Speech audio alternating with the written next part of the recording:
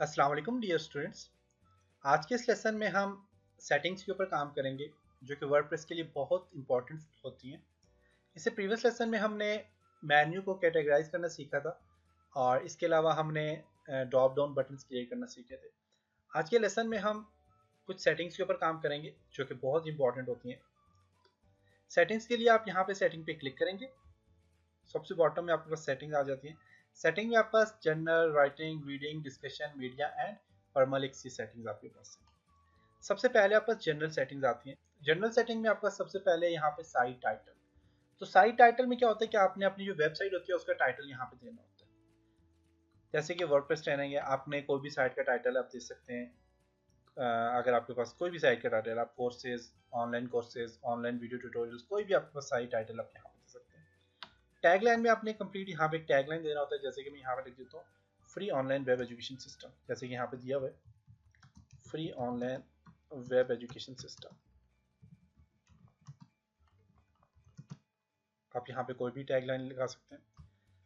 अब यहाँ पे आपके पास एक और चीज़ है, वर्डप्रेस एड्रेस। अब वर्डप्रेस एड्रेस हमारे पास फिलहाल नहीं है क्योंकि हमने लोकल होस्टिंग पे हम काम कर रहे हैं। लोकल होस्टिंग पे हमने ये काम किया हुआ है। हमने जो तो डायरेक्ट एक्सएम सॉफ्टवेयर की मदद से हमने एक लोकल होस्टिंग दी जो कि हमने अपने सिस्टम को ही लोकल होस्ट बनाया है और वहाँ से हमने काम किया।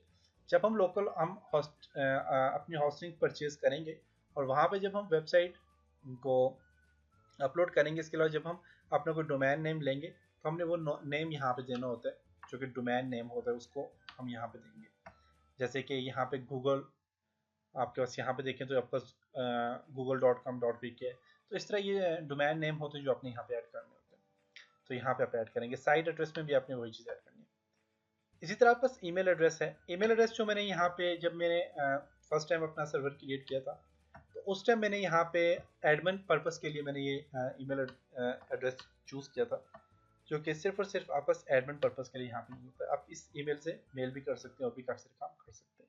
आपको कोई भी नोटिफिकेशन वगैरह मिलते हैं यूज़र्स के, कोई न्यू यूज़र आपकी वेबसाइट में आया है, कोई एंटर हुआ है, तो सारे के सारे जितने भी उसके मेल होंगे वो आपको यहाँ पे मिलेंगे। इसके अलावा आप यहाँ पे चेंज भी कर सकते हैं अपने ईमेल। उसके बाद आपके पास मेंबरशिप। मेंबरशिप में क्या है कि कोई भी यूज़र अगर आपकी वेबसाइट में एंटर होता है तो उससे मीन रजिस्टर होना ज़रूरी है। अगर आप चाहते हैं कि वो रजिस्टर हो के आपकी वेबसाइट में एंटर हो तो आप यहाँ पे एनीवन कैन रजिस्टर पे क्लिक कर सकते हैं।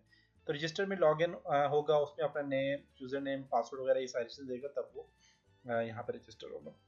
अदरवाइज़ अगर आप चाहते हैं नहीं रजिस्टर होने की ज़रूरत नहीं है, कोई भी यहाँ पे एक्सेस कर सकते हैं। जैसे कि न्यूज़ की साइट्स होती हैं, इसी तरह कुछ ऐसी मूवीज़ वगैरह की साइट होती हैं जिनमें रजिस्टर होना ज़रूरी नहीं होता, डायरेक्ट एक्सेस कर सकते हैं आप। तो आप वो भी उस तरह की अगर साइट भी बना रहे तो आप बेशक यहाँ पे से मेंबरशिप ना दें। जैसे कि मेरी एकेडमी है जो मैं ऑनलाइन कोर्सेज करवा रहा हूँ, उसके लिए आपको रजिस्टर होना ज़रूरी है। तो आप अगर चाहते हैं कि रजिस्टर हो तो आप यहाँ से एनीवन कैन रजिस्टर पे क्लिक कर सकते हैं। इसके बाद आपके पास न्यू यूज़र डिफ़ॉल्ट रूल क्या है। कोई भी अगर न्यू यूज़र आपके पास आता है तो उसको आप सब्सक्राइबर ही रहने दें।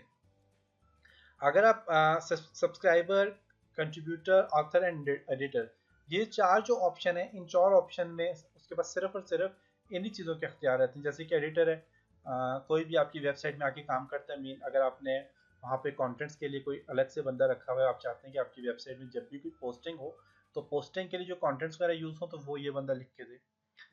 या फिर आपने कोई ऑथर वगैरह वहाँ पे रखा हुआ है, आपने वेबसाइट कोई और रन कर रहे हैं, तो आप इन चार में से कोई भी ऑप्शन चूज कर सकते हैं। अगर आप एडमिनिस्ट्रेटर रखेंगे, न्यू यूजर को एडमिनिस्ट्रेटर रखेंगे, तो एडमिनिस्ट्रेटर में क्या होगा कि कंप्लीट आपकी वेबसाइट का एक्सेस उसके पास चला जाएगा और उसके पास भी होगा, आपके पास भी होगा। लेकिन वो अगर आपका पासवर्ड चेंज कर देता है आपकी वेबसाइट का तो आप कुछ भी नहीं कर सकते उसका। वो खुद एडमिनिस्ट्रेटर बन सकता है। तो एडमिनिस्ट्रेटर के लिए आपने सिर्फ ऐसे बंदे को अपने एडमिनिस्ट्रेटर रखना है जिस पे आपको कंप्लीट ट्रस्ट हो। तो एडमिनिस्ट्रेटर किसी को भी फिलहाल ना रखें, आप सिर्फ सब्सक्राइबर ही रहने दें। सब्सक्राइबर जो होते हैं वो आपकी वेबसाइट को एक्सेस कर सकते हैं और इसके अलावा कंट्रीब्यूटर या फिर ऑथर या एडिटर होते हैं, ये आपकी वेबसाइट में पोस्टिंग वगैरह भी कर सकते हैं। तो आप यहाँ पे सब्सक्राइबर या फिर एडिटर रखना चाहें तो रख सकते हैं। इस तरह यहाँ पे टाइम जोन है, आपने टाइम जोन यहाँ पे सेट करना है अपनी कंट्री और सिटी के लिहाज से। आप यहाँ पे टाइम जोन अपने सेट करना है और यहाँ पे आपके पास डेट फॉर्मेट है। डेट फॉर्मेट जैसे कि अगस्त 3 2016 डेट फॉर्मेट दिया हुआ है। आप यहाँ से इस तरह की डेट फॉर्मेट रखना चाहें, इस तरह की रखना चाहें, इस तरह की रखना चाहिए, तो आप अपनी मर्जी से रख सकते हैं। मैं यहाँ पे यही रहने देता हूँ। टाइम फॉर्मेट है, टाइम फॉर्मेट आप इस तरह का रहना देते हैं, इस तरह का रहने देते हैं, इस तरह की आपकी मर्जी, आप जो भी यहाँ से टाइम फॉर्मेट रखना चाहें रख सकते हैं। और उसके अलावा आप चाहते हैं कि आपकी डेट इन फॉर्मेटिंग जो है और वीक स्टार्ट जो है वो कहाँ से हो, मंडे से हो या फिर संडे से हो। संडे से करेंगे संडे से आपका वीक स्टार्ट होगा, और या मंडे से करते हो तो मंडे से स्टार्ट होगा। डिफॉल्ट मंडे ही ठीक है। काम करने के बाद आप सेव चेंज कर लें इसको। इसे जनरल सेटिंग के बाद है राइटिंग सेटिंग। आप जब अपनी पोस्टिंग वगैरह करें, कोई भी अगर आप पोस्ट करते हैं तो उसकी सेटिंग्स क्या होनी चाहिए। तो उसके लिए आपके पास डिफॉल्ट पोस्ट कैटेगरी जो है आपके पास वो अनकैटेगराइज्ड ही है, एक ही ऑप्शन है इसमें।